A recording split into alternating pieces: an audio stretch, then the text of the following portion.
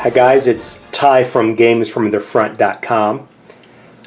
Today I'm going to bring you a playthrough of the first scenario from Where Eagles Dare. It's an introductory scenario called A Drive in the Country. Where Eagles Dare is a game that I've had for a couple of years now. I'm a big Market Garden fan, I've owned, 6 or 7, maybe even 8 games. Different scales for Market Garden operations, and had been attracted to Where Eagles Dare because of its scale, its scope, and what seemed to be a unique or different system than from what I was used to.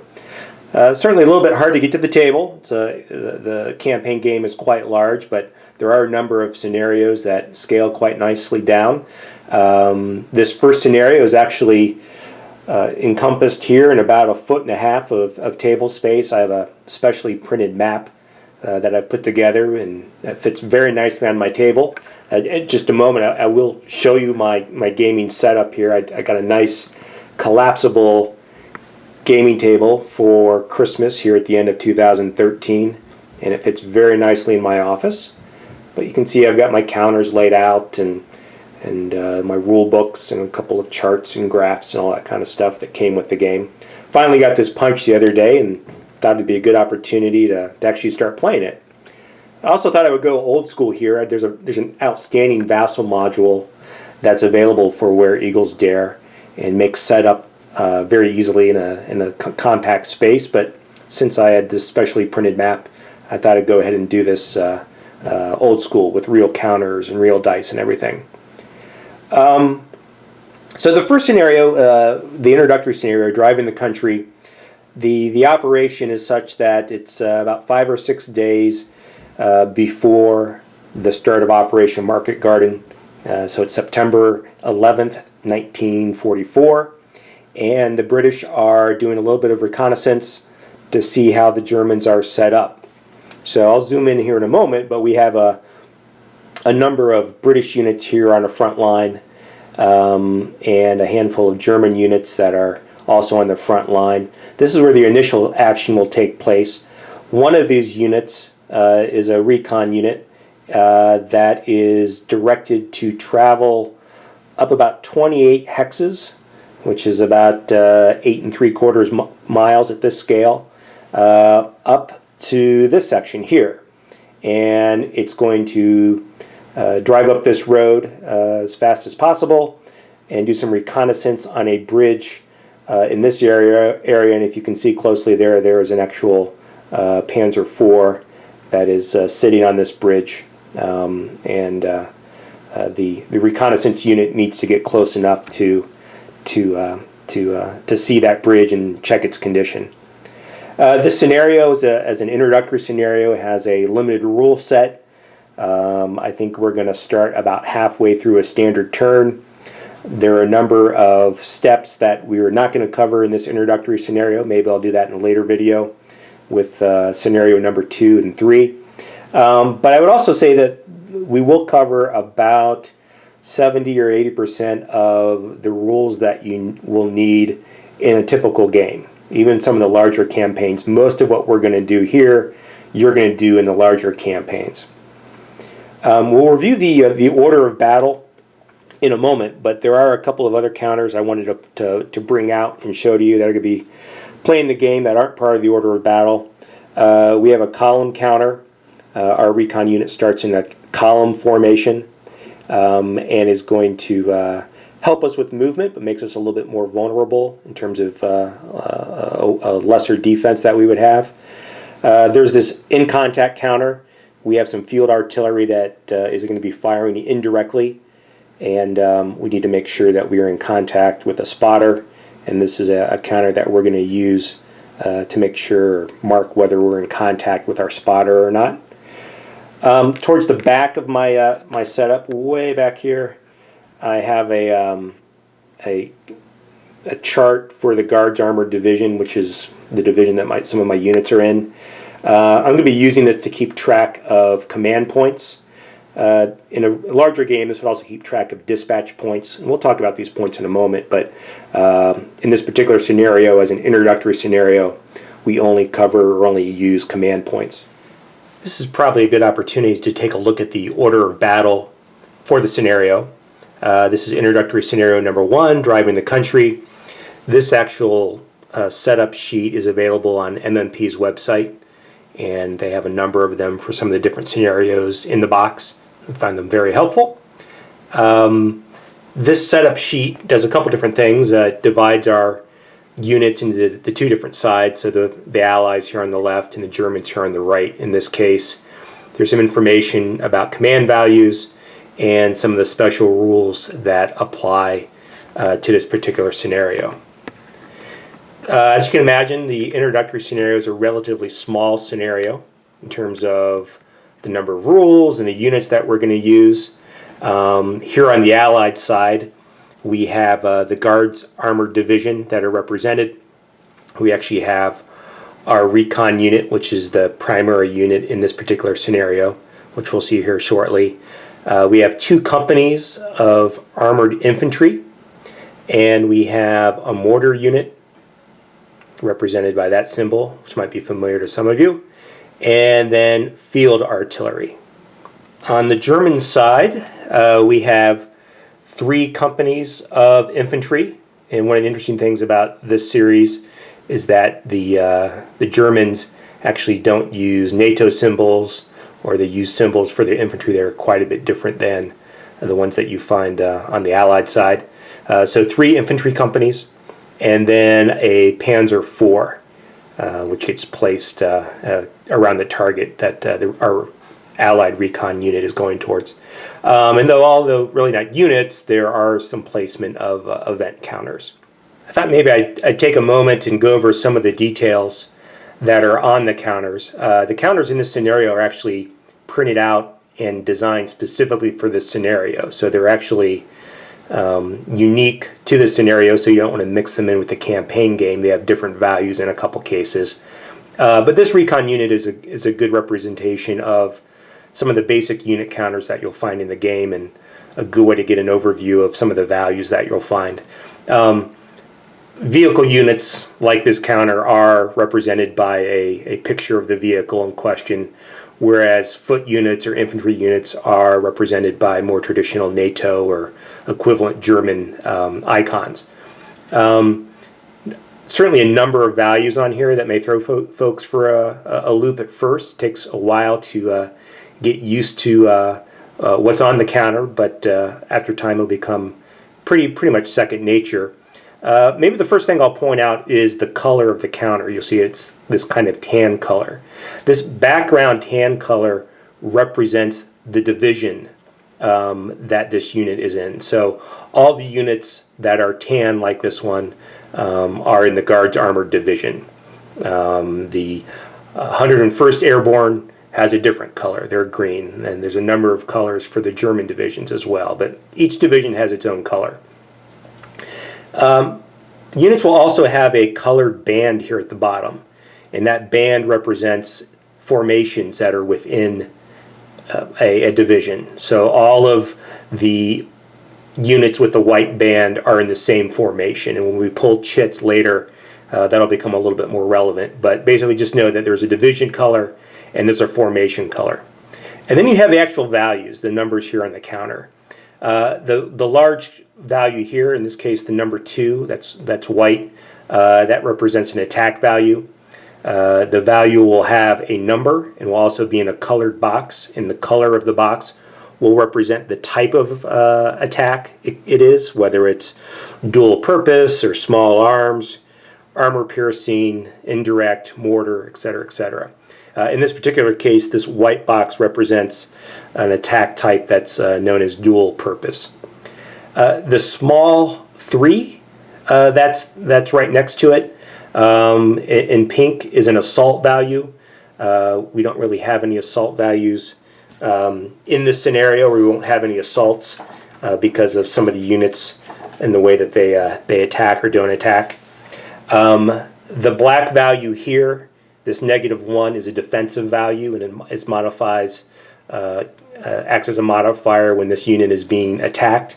The color within The color for that box also represents whether the unit is armored or not.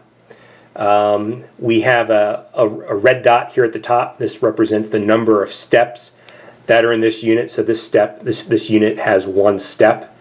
Units that have 2 steps naturally will have 2 dots. You'll see the value 6. This is the unit quality and comes into play when we do quality checks for different units.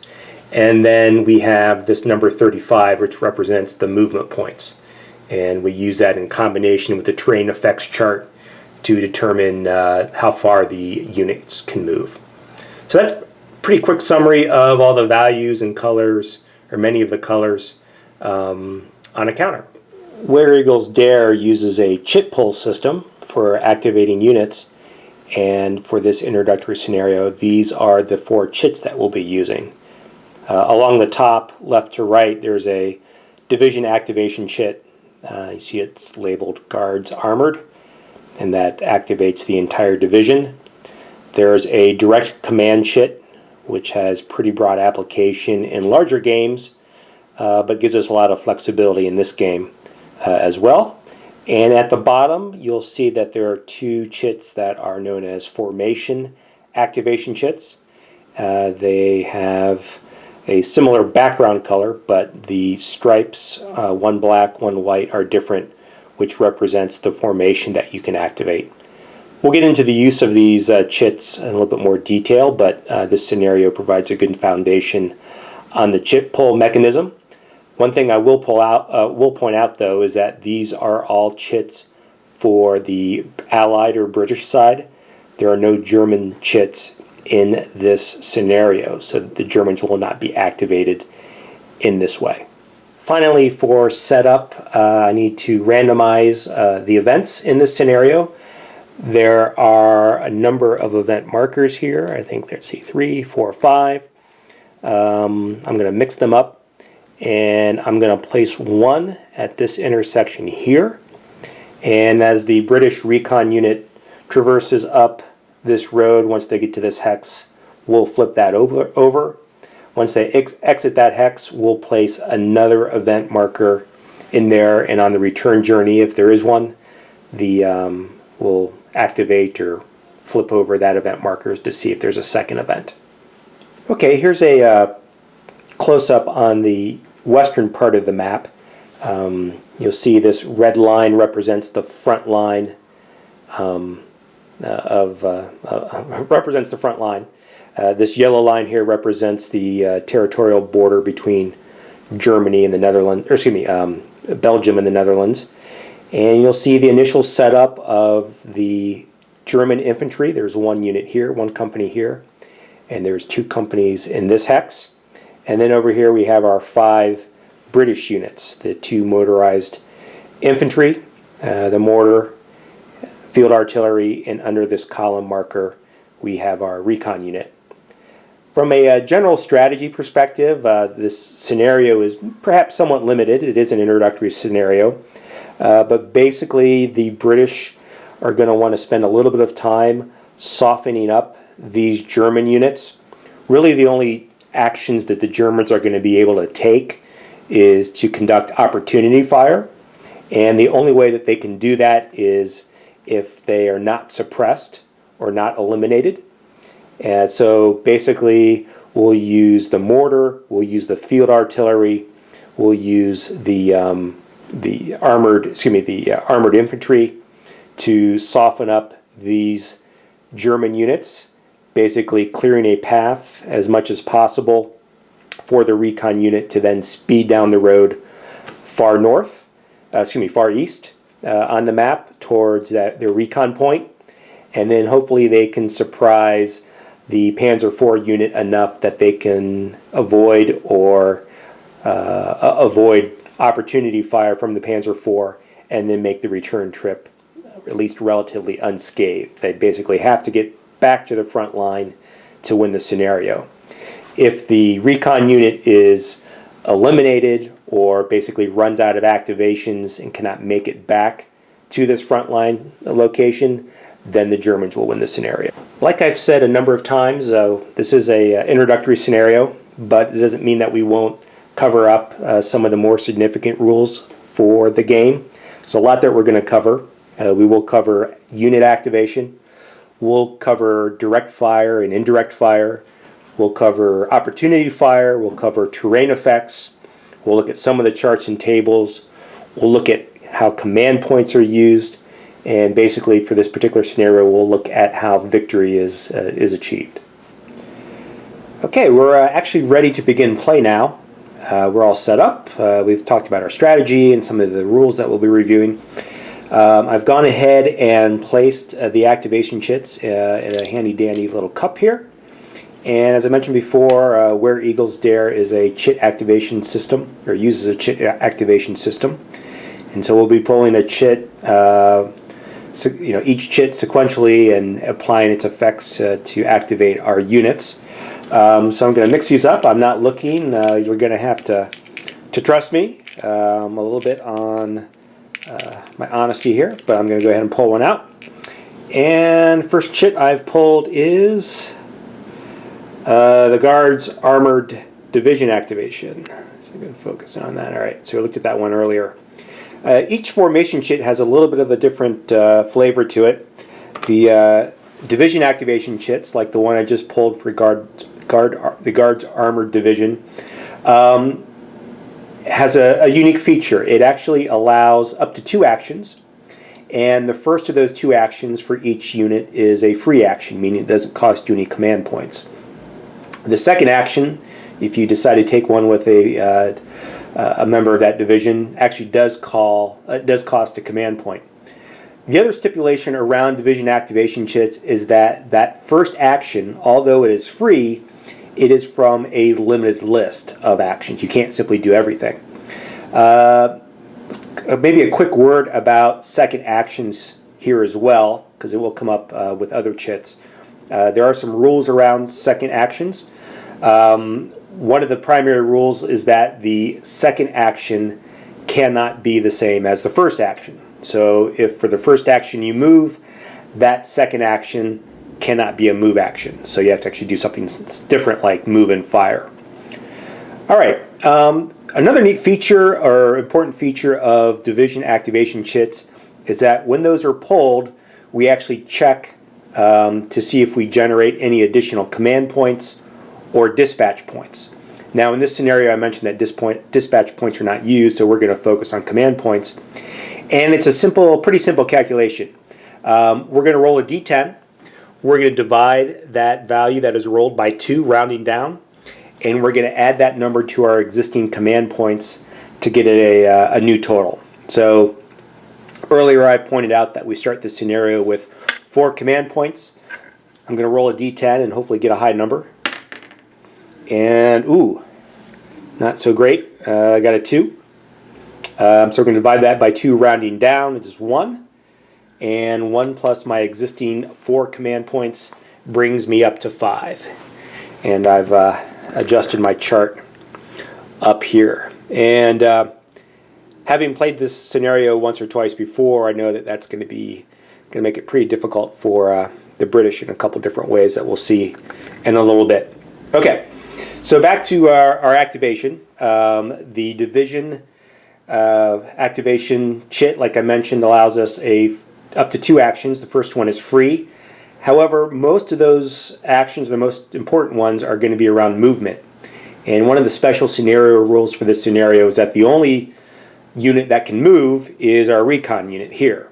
All the other British units in the division cannot move, and you'll actually see that printed on the counter, these special counters for this scenario. It says no for the movement value. Only the Recon unit has that movement value of 35. And given my strategy of wanting to soften up the Germans first, I'm not quite ready to move. So I'm basically going to pass on that first free action for all these units and move on to the second action. And the way that the second actions work is I can spend a command point and conduct a second action, and I'm going to use these second actions for each of these units, or a number of these units, to actually attack the Germans. All right, for my attacks, I'm going to start off with my indirect fire units, my mortar and my field artillery. I'm actually going to start with this field artillery. As I mentioned, to do a second action, it's going to cost me a command point for each unit. So my command points go from 5 to 4. I'm going to activate this field artillery. And artillery units require a spotter, or indirect fire units. If they don't have their own eyes on the target, they have to have a spotter. Normally, artillery like this has a minimum indirect fire range of 4 hexes. But for this scenario, there's a special scenario rule in the errata that says that the field artillery can fire indirectly in this scenario. So basically, since this field artillery is in a different formation, you'll see the black bar here, it's in a different formation than any of its potential spotters with the white bar. Basically, it has to establish some sort of radio communication. And that's where this chick comes into play. You'll see that there's a value on there, in this case, number 5, and it says that contact is pending. So basically, we're going to roll a die, and if we roll 5 or less, we are successful at establishing contact.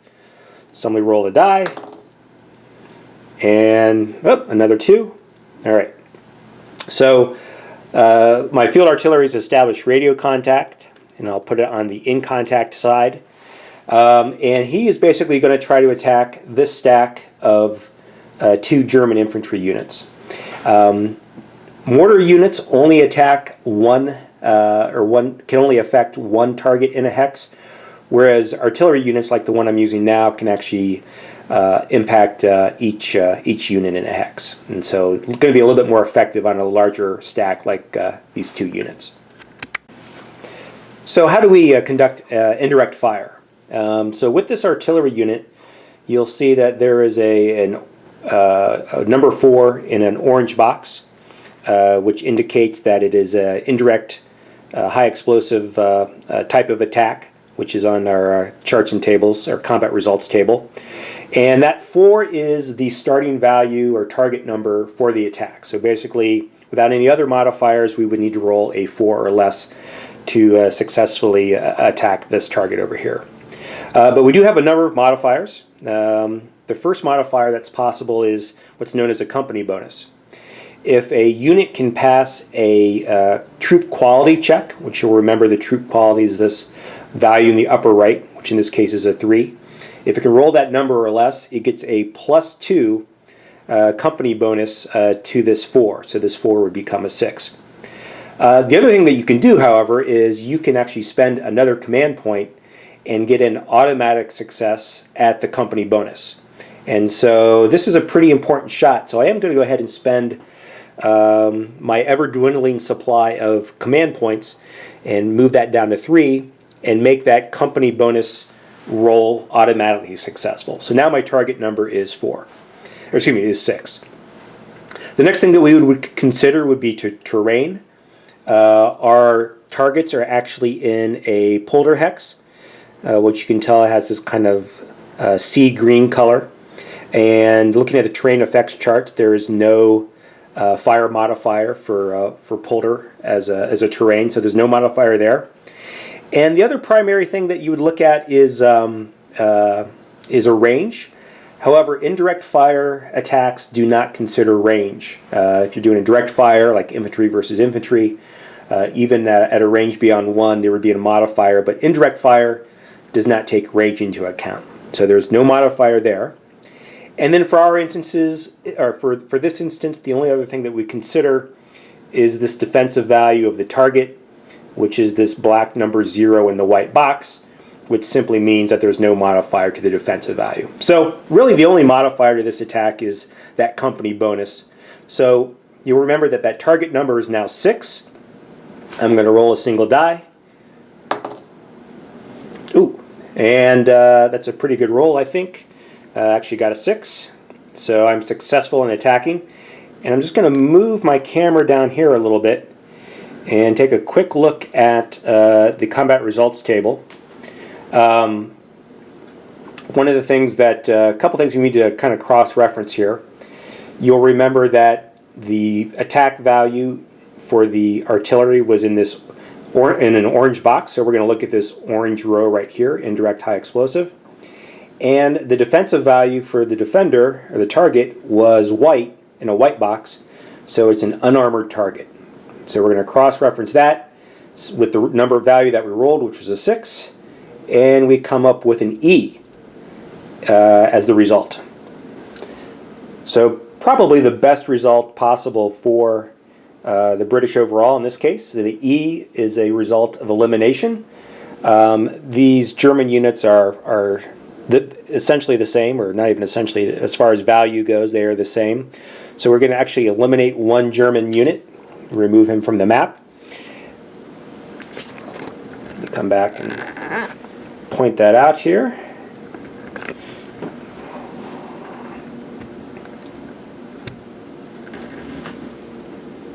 So I've already removed this German from that stack that we were targeting.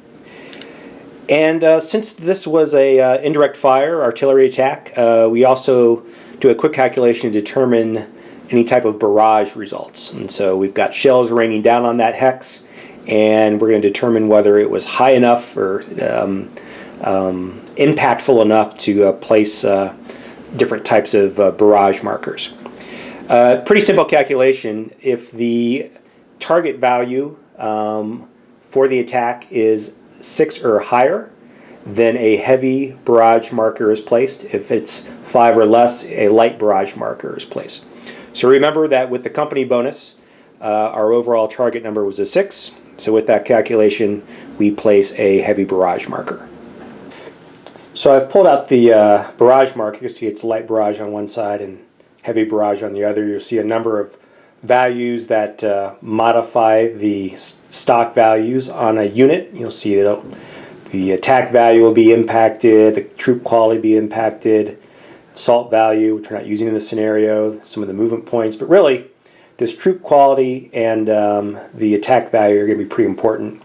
But there's also another special rule around indirect high explosive fire, and that if there's an attack result or attack effect on a unit in a hex, all the other units in that hex acquire or are impacted with what's known as an S question mark or suppressed question mark result. And basically that means that there is a chance that the unit in that hex that wasn't the original target will become suppressed. And the way that you check that result is that you actually roll against the troop quality value here, which is a 3. So if this German unit does not pass this troop quality check, it will become suppressed. So let me do a quick roll. Ooh, I rolled a 9. So this company of German infantry fails its troop quality check, and it becomes suppressed. But there's one more thing that can actually happen with a suppressed result. The German unit, in this case, can attempt to turn that suppressed result into what's known as a cohesion hit. If a unit is suppressed, the only thing that it can do is rally out of that suppression. And because this is a one-turn introductory scenario, being suppressed doesn't do us much good at all. So we're actually probably better off, marginally at least, of taking a cohesion hit rather than a suppression. And so to change that suppression result into a cohesion hit, we actually have to make another troop quality check. So we're going to roll a 3 or less, hopefully, or perhaps, we'll see. And I rolled an 8. There's my 8, which is higher than my troop quality score of 3. And so this infantry unit, the German infantry unit, one of them is eliminated from the initial attack. This one becomes suppressed because of the ancillary damage. And then there's also a heavy barrage marker. So basically this unit is out of this scenario because it's suppressed. This is only one turn. It's not going to have a chance to rally. So pretty impressive or strong results for the Germans, for the British for this first attack. Okay, so that's the conclusion of the first attack. Had I had more command points, I probably would attack with this mortar unit next. But since I had really good success against this stack, and if you look at these values here, 6, these attack values for these motorized infantry are a little bit stronger than that 4. So I'm actually going to spend, first of all, a command point, which is going to take me down from a 3 to 2, to activate this company of motorized infantry, and he's going to do a simple direct attack of this German infantry unit here. A couple things you'll notice. First of all, that there's a different attack value. It's a 6 rather than a 4. And that 6 value is actually in a pinkish box, which means that it's a small arms attack. But the target is also, or still like the other infantry, is also unarmored. All right. So the direct attack is done very much like the indirect attack. You're going to start with this value of 6. We have the opportunity to try to see if we can get a company bonus. I could spend a command point to make that automatically successful, but I'm down to 2 command points. So I'm actually going to try to roll against this troop quality value of 5. Let's see what I get. And unfortunately I get a 9, so I failed the troop quality check. So I'm going to stay with that base value of 6. I would next check to see if there's any terrain effects. This infantry unit is actually in woods, which is this green dot right here. And if you were to look at the terrain effects chart, there is a fire modifier of -2 for terrain effects. So this 6, now the target number becomes a 4, which still isn't too bad. I guess 0 through 4 is still a 50-50 chance. So let's see. After that, in some cases there may be a range modifier, but the target is adjacent to the attacker, so that modifier is 0. And the defense rating of the defender is 0, so there's no impact there. So that's pretty much it. Straight up 4 or less. We'll see if we hit. Rolled off the table. Let me roll another one. And I got a 1. All right, so there's a 1. And let's take a look at our combat results table for small arms. And a 1 for unarmored against small arms is that S question mark. So this is the same situation that we had with the ancillary damage from the indirect attack a moment ago. So let's look at our German unit here. It needs to pass a troop quality check to see if it's suppressed or not. Its troop quality is 3 right now, so let's roll a die. And I got a 4, so that means it's failed its troop quality check, and this unit becomes suppressed. And again, like last time with a suppressed result, the target has the opportunity to, or the option to change that to a cohesion hit instead of suppression. And I explained why that's more desirable. If it's suppressed, it can't do anything, so we really want to be able to take any attack that we can. So let me roll a D10 and see if I pass a troop quality check. And I believe it's 3 or less. And I rolled a 6. So this German is suppressed.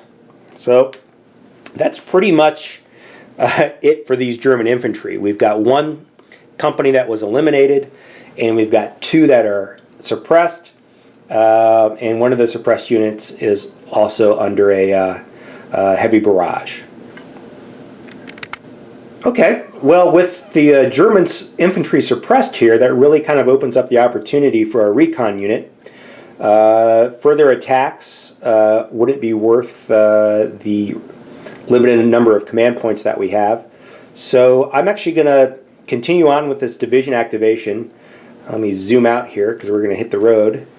And I'm going to actually spend a command point to activate our recon unit. And so that takes me down from 2 command points to 1 command point. And you saw earlier that the recon unit is in what's known as a column formation. And column formation plays a pretty significant role in where eagles dare, especially in the campaign game. But for this case, it is required for travel along this raised road. And so this is part of the club route, or will be when the operation is actually launched. But for this situation, we just need to know that the recon unit needs to stay on this road along here. All right. Well, the recon unit actually has 35 movement points. So with this activation, it can actually move. And I'm actually kind of questioning in my head one of the rules. I guess since I passed on the first turn, I could spend to do a movement now, which I've done. I hope that's allowed. But let's go ahead and move. In column formation on a road, each hex costs 1 movement point. So I'll go 1/2 1, 1/2 2, 1/2 3, 1/2 4, 1/2 5, 1/2 6, 1/2 7, 1/2 8, 1/2 9. Oops, 1/2 9. We'll put me right there. All right, so it takes me 9 movement points to get to where that event marker is. Okay, we've reached this crossroads along our road route for the recon unit, and there's an event marker that was placed here at the during scenario setup. We've got one here at the beginning of the scenario, and after the recon unit exits this hex, we're going to randomly draw another one. There are 5 total event markers in this scenario. I think maybe 2 or 3 of them have no effect, and then the rest have some results. So we've reached this this hex. Let's turn over the event marker, and it says cafe. So basically we've stopped for a bit of tea during our operation, and if we were to look at the scenario rules, the effect here is pretty straightforward. We're going to roll a d10. We're going to multiply that number by 4, and that's the number of additional movement points that we have to spend, which represents the time that we're taking to get refreshed with a cup of tea. So let me roll a d10, and I rolled a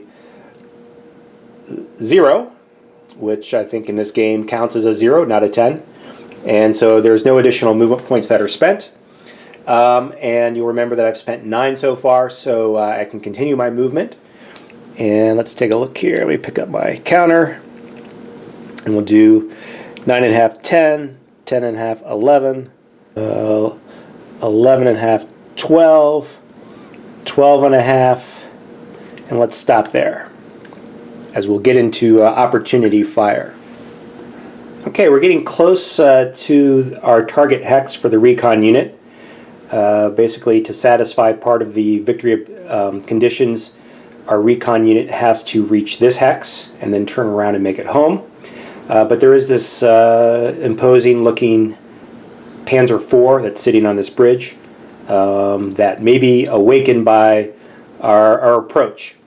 So this is the, I mentioned quite a bit earlier that one of the things that the German units can do in this scenario, just about the only thing they can do, is conduct opportunity fire, and we're getting close to that situation right now. From a mechanics standpoint, there's a lot about opportunity fire that is similar to direct fire, which we've already conducted or had an example of earlier, but the main difference is the way that opportunity fire is conducted or activated. And so basically, when a unit moves within range of an enemy unit, it may activate an opportunity for opportunity fire. So one of the things that's a little bit different about this Panzer IV counter is that it does have this black 3 value that's a little bit up and to the right of its attack value. That's actually a range. So a range value. So this unit actually has a range of firing of 3 hexes. So basically, once our recon unit moves within 3 hexes, we need to check to see if opportunity fire is triggered. Opportunity fire, however, is not automatic. The potential for opportunity fire may exist, but doesn't necessarily mean that it's automatically assured that it's going to happen. The way that we would check and see if opportunity fire is actually going to take place is that once the enemy unit is in range, we're going to do a troop quality check for, in this case, the Panzer, to see if opportunity fire can take place. All right, opportunity fire is also activated, or the potential for opportunity fire is activated when a unit exits a hex, not when it enters a hex. So basically, our recon unit can actually enter this hex without any problem right now. However, once it declares that it's exiting this hex, now we're going to do our first check for opportunity fire. Alright, so the recon unit has declared it's going to move from this hex to this hex. Before it reaches this hex, we're going to check to see if there's an opportunity for opportunity fire, or if opportunity fire is activated. And we're going to check troop quality of our Panzer IV to see if that happens. What's a little bit different about this troop quality check versus the one that we saw for indirect fire and direct fire is that you cannot spend an activation point or a command point to make this automatic successful. So basically I need to roll a 3 or less to allow the Panzer IV to conduct opportunity fire. Alright, so I rolled a 1. So he actually can conduct opportunity fire. And so let's do a couple calculations here. The initial attack value is 3. We have, let's see, any type of terrain. They're on a road, which I'm pretty sure has, actually is conducted against the original terrain.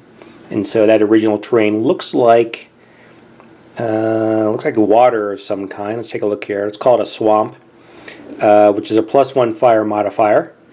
So that turns that 3 into a 4. Range. This is against an armored unit. You'll see that black box with the -1. So it's against range versus an armored unit is a -1 at this range of 3 hexes. Opportunity fire is conducted in the hex that you're moving out of. So we're 1, 2, 3 hexes away. So that 4 goes down to a 3. Next is the defense rating, which normally would be a -1, but because this unit is in a column, you'll see that the column marker has a +2. So -1 + 2 is +1. So we're back to a 4 for this value. And then the other modifier for opportunity fire would normally be if you're moving from one fire zone hex to another fire zone hex. A fire zone is any hex that's in range of the firing unit for opportunity fire. However, there is a special scenario rule in this scenario that says that that bonus does not come into play until our recon unit reaches its target hex. Alright, so that we're going to ignore any fire zone modifier right now. Alright, so with all those modifiers combined, the target value is a 4. We're going to be doing dual purpose, the white box fire, against an armored unit. You'll see the black box. And let's take a roll here. And I rolled a 2. Uh-oh. So the 2 value, let's take a look at our combat result table. Zoom out a little bit. Alright, so we're seeing dual purpose versus an armored target on a 2 is suppression. Alright, let's apply that to our recon unit. Pull out a suppressed marker right here. Alright, so suppression would be pretty bad for us in a lot of different ways. We wouldn't be able to do anything until we rally. We're going to have a couple of attempts to rally because we have additional activation chits. But for these purposes, let's go ahead and see if we can turn that suppression result into a cohesion hit. And we're going to check against troop quality, which is a 6. And I rolled a 2. So yes, that suppression result becomes a single cohesion hit, which is going to impact our fire value and our assault value, and we're not going to be firing or assaulting with this recon unit, so that's a pretty good trade-off. Alright, so that's a quick look at some initial opportunity fire. It's still the turn of the recon unit. He's got additional movement points. I think we've spent 12, and he actually makes it into this hex. And he's going to try to exit that hex and reach our target hex, which is another opportunity fire opportunity. Opportunity fire opportunity. So the Panzer is going to do a troop quality check again, and this time his 4 is higher than his troop quality of 3, so he does not get to attack conduct opportunity fire, and our recon unit makes it into its target hex. Okay, our recon unit has reached its target hex. It's now doing some observation on the bridge, which is under this little red circle. It's taken a cohesion hit so far. It's still under a column formation. I've done the recalculation on the movement points. It spent 14 of its 35 movement points for this activation. And this Panzer IV is pretty fully aware that we're there. And now it's time for the British to get the heck out of Dodge. And his first action is going to attempt to move out of this hex. And before he does so, the German has an opportunity to conduct opportunity fire. But here's the difference. You remember a couple moments ago I was talking about fire zones. And one of the special scenario rules is once the recon unit reaches this hex, the fire zone modifiers for opportunity fire, fire zone modifiers for opportunity fire come into play. So when a potential target moves from fire zone to fire zone, there is a +3 modifier to the target. But before any of that happens, the German must pass a troop quality check to see if it can actually conduct opportunity fire. So 3 or less. Oh. Alright, this could be trouble for the Brits. Rolled a 1. Let's do some calculations on the attack value. We're going to start off with a 3. The terrain target is clear, so there's no modifier there. The range is, let's see, 0 for being 1 hex away. The defense value for the British will normally be -1, but they're in column, which is modified by +2 for a total of +1, so that 3 is now a 4. And then, as I mentioned, we are moving from fire zone to fire zone, which is an additional +3. So now we've got +3 to 4 is 7. So now we've got a target value of 7. Whew. Okay, the Brits could be hurting here. Let's see what happens. Ooh, 8. So the Germans miss, and our Brits make it into that hex. All right. We've still got a little bit more ways to go before we get out of range of that Panzer IV. And so the Brit is going to try to move into this hex. And we're pretty much the same situation. But let's first do the troop quality check for the Germans. Oh, and they succeed with another 1. All right, so we're pretty much in the same situation as we were before, except for a couple different modifiers. First of all, the range is changed to 2, so there's a -1 modifier for that. So let's start over from scratch. We're going to start with a 3 for the Panzer IV. The terrain, if I'm looking at this blue dot correctly, is swamp, which would be a +1, so that makes it a 4 overall for the target number. The range versus an armored unit is at 2 hexes is -1, so that takes it down to a 3. The defense rating modified by column is a +1, so we're back up to a 4. And then moving from fire zone to fire zone, we're at 5, 6, 7. So another 7 or less for the Panzer unit. And we roll a, oh goodness, the Brits are lucky, 9, so that's a miss. All right.